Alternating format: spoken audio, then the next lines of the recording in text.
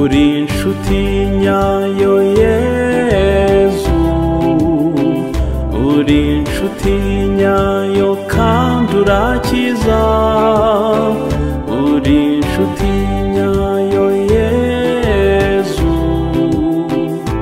mw'isakramento ry'Ukaristiya uri muzima,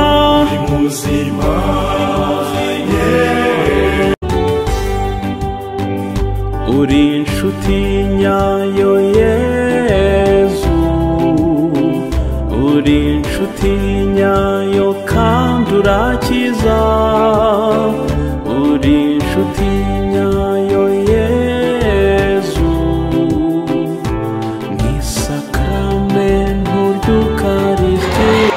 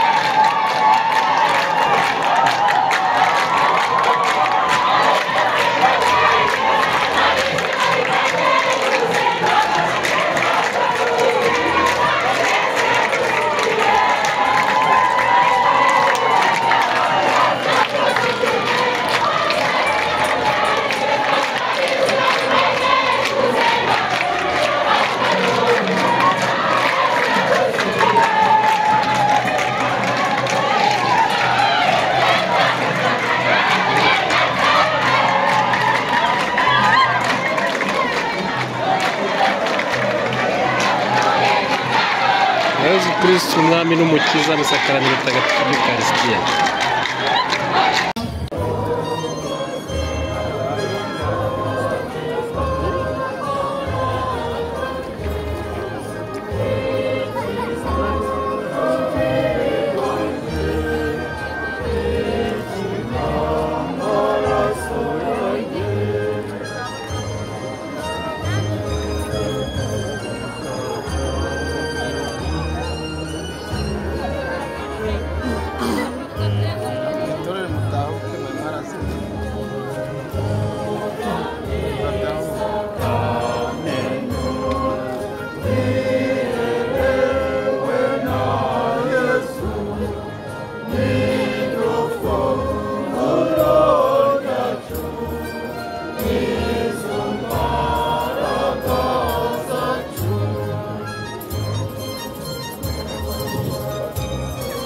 Turasaba umuhereza ufite umusaraba kumufata ari kumwe n'abahereza bafite inzogera, icyo ni icyotezo. Noneho muraje imbere y'abarabagana uratera indabo, abandi nabo babitonze gatoya kuko twese ngo twasohokera rimwe. Reka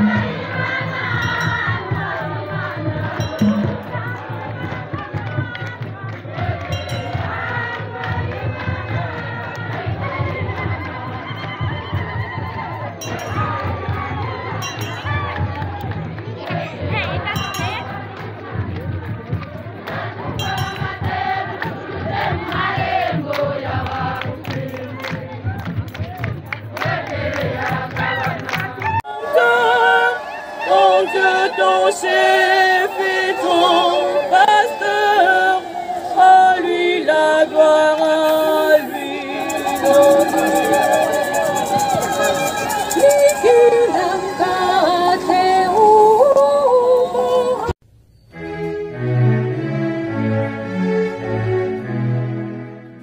Moi, je suis le pain vivant descendu du ciel, dit le Seigneur. Si quelqu'un mange de ce pain, vivra éternellement. Prenez, mangez-en tous, dit Jésus à ses disciples lors de la dernière scène en leur donnant le pain, qui est son corps.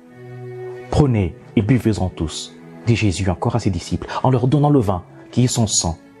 Sang de l'alliance nouvelle et éternelle en Jésus-Christ, entre Dieu et les hommes.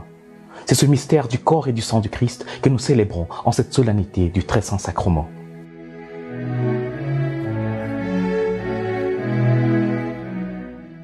Dans Jean 6, 53, Jésus dit à ses disciples, « Je vous l'ai dit, si vous ne mangez pas la chair du Fils de l'homme et si vous ne buvez pas son sang, vous n'avez point la vie en vous-même.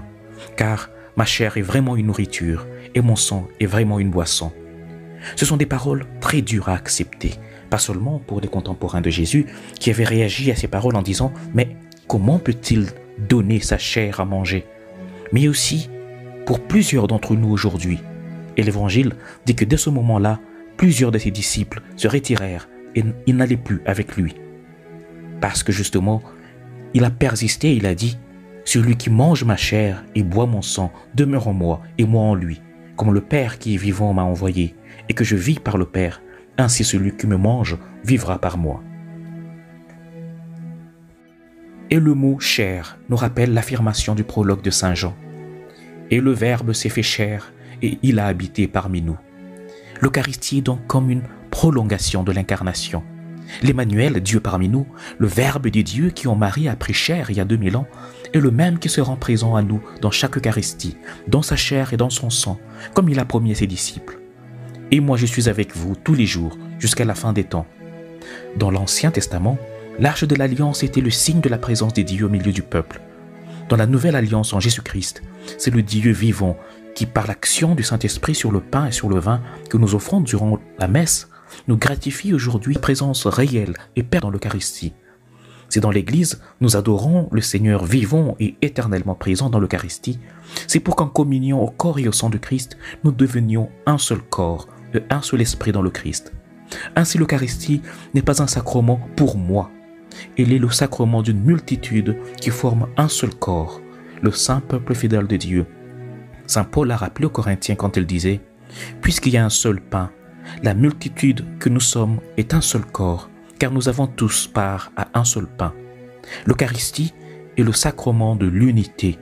Celui qui la reçoit ne peut être qu'un artisan d'unité, parce qu'il naît en lui, dans son ADN spirituel, la construction de l'unité. Une question que je peux me poser, surtout si je suis de ceux qui ont la grâce de communier régulièrement au corps et au sang de Christ, serait donc de me demander sincèrement en quoi la communion au corps et au sang du Christ me change-t-elle? En quoi me convertit-elle pour devenir chaque jour plus généreux, plus aimable, plus serviable? Et si en toute sincérité je sens que malgré mes fréquentes communions, que j'ai peut-être réduit à une simple routine, je reste le même ou deviens chaque jour pire, nuisible, envieux, jaloux, paresseux, orgueilleux, égoïste, luxurieux, je dois me rappeler de ces paroles de Saint Paul aux Corinthiens. Celui qui aura mangé le pain ou bu la coupe du Seigneur d'une manière indigne devra répondre du corps et du sang du Seigneur. On doit donc s'examiner soi-même avant de manger de ce pain et de boire à cette coupe. Celui qui mange et qui boit, mange et boit son propre jugement s'il ne discerne pas le corps du Seigneur. Prie donc avec moi et ensemble reprenons cette prière de l'ange apprise aux enfants de Fatima. Très sainte Trinité, Père, Fils et Saint-Esprit, je vous adore profondément et je vous offre le très précieux corps, sang, âme et divinité de notre Seigneur Jésus-Christ, présent dans tous les tabernacles de la terre, en réparation des outrages, sacrilèges et indifférences par lesquels il est lui-même offensé, et par le mérite infini de son très saint cœur et du cœur immaculé de Marie, je demande la conversion des pauvres pécheurs que nous sommes. Amen. Et que le Seigneur vous bénisse et vous garde, le Père, le Fils et le Saint-Esprit. Amen. Bonne fête à tous.